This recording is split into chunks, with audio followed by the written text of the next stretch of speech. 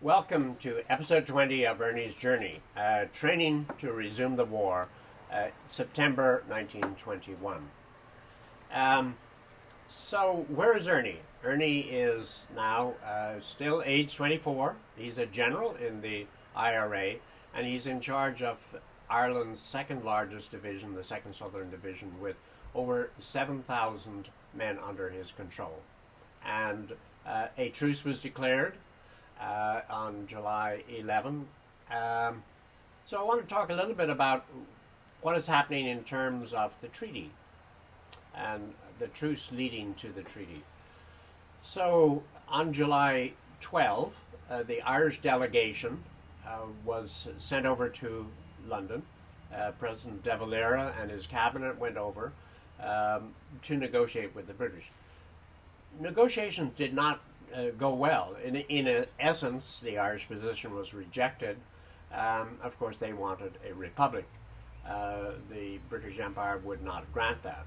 And so the question was, what was the next step to be considered? The Irish delegation came home, and in the midst of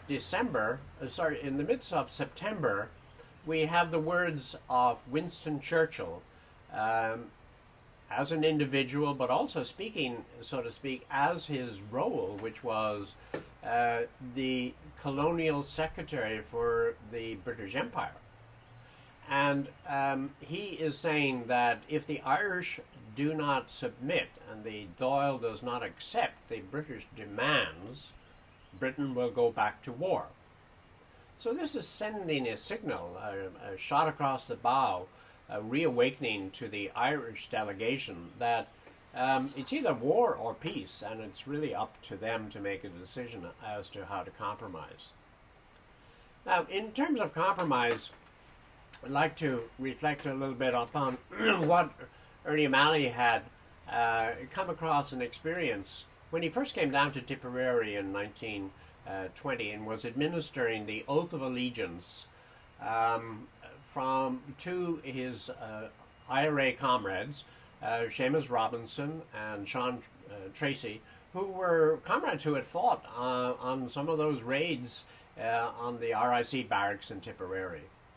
And as he was administering the new Oath of Allegiance, and this was an Oath of Allegiance given to the new Irish Republic, the new Dáil, the Parliament, and the Parliament said that the army had to be under them and led by them, and that the loyalty for the army was to the Parliament.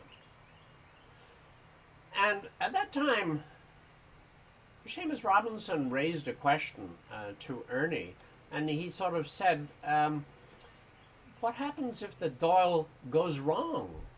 And Sean Tracy added in, and what happened if the headquarters goes wrong, the headquarters of the army?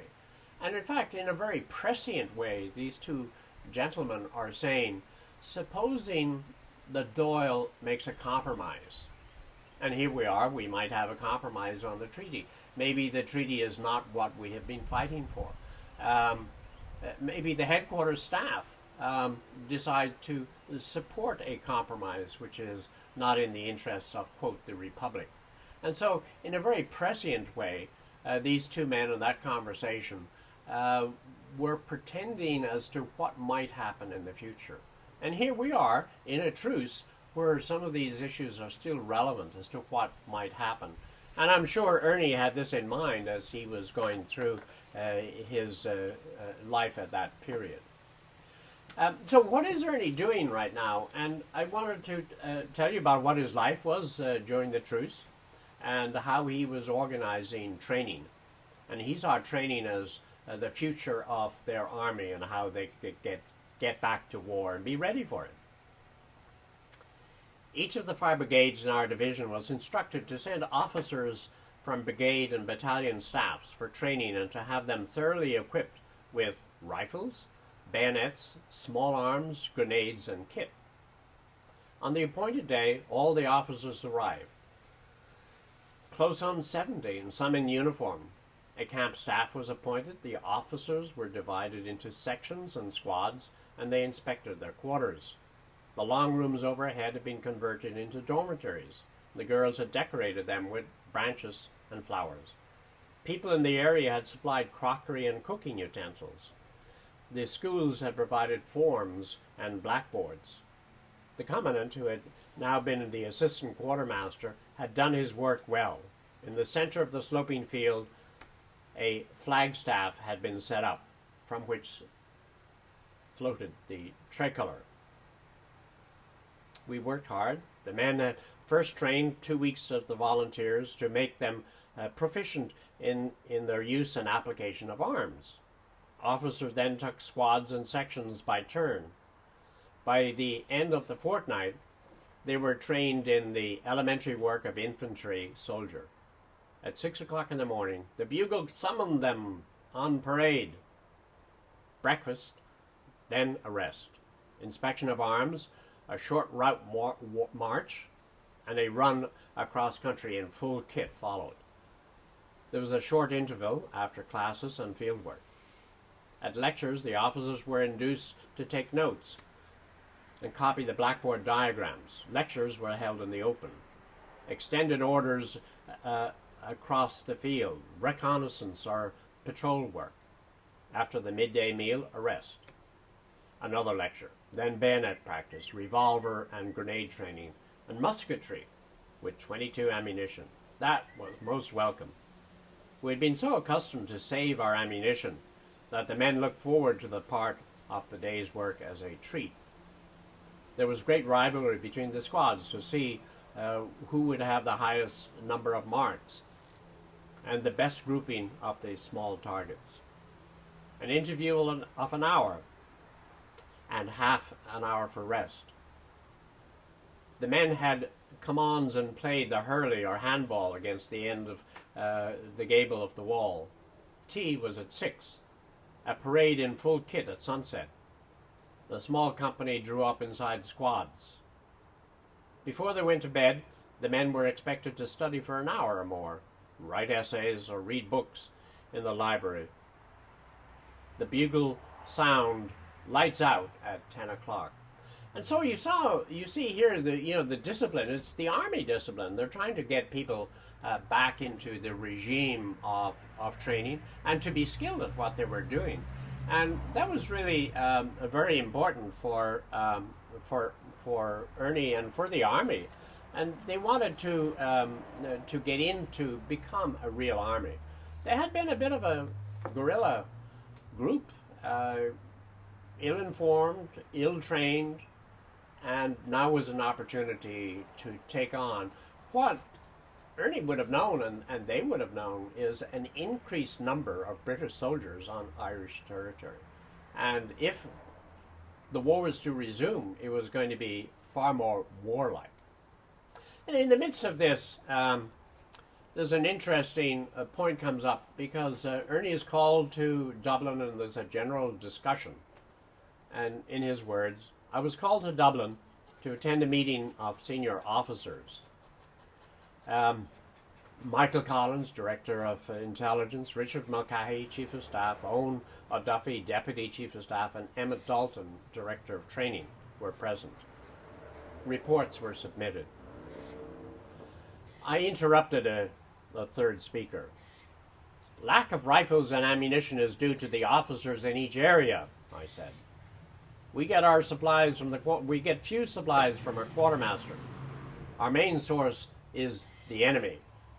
It is not a question of arms or ammunition.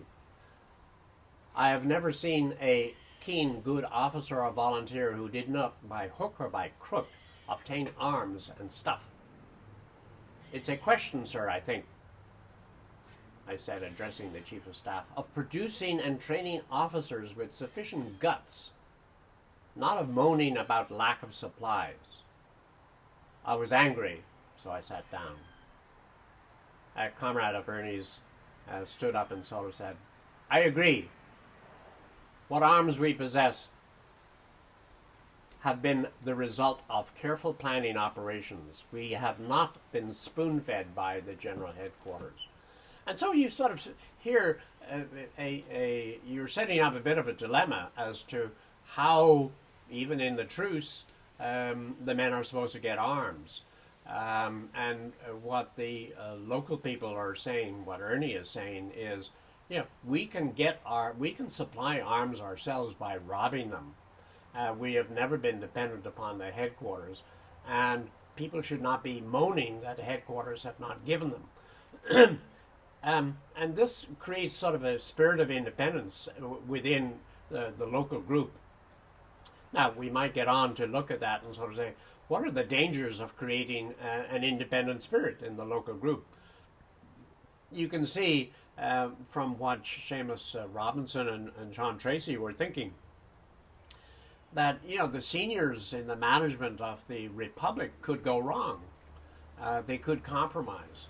And so one of the things which portends to what might happen in the future is that if you create a spirit of independence in people, in the guerrilla groups that had created the IRA, in the future, they may not follow the command, as would happen in a British army, of what the commanding officer says.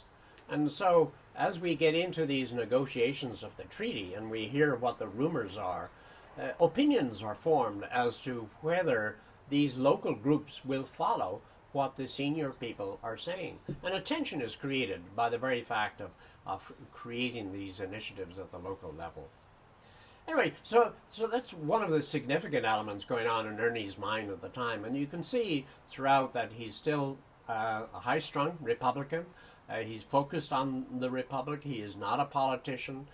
He doesn't want to talk about the rights of the people or other thing. He has no responsibility for a family, and so he's a dedicated person, a bit of a workaholic, and he is trying to execute, as now a senior commander of a division, in the way he tried to do as an organizer, which is find out what's happening at the local level in the 32 battalions, get them trained, get them ready for taking up this new spirit.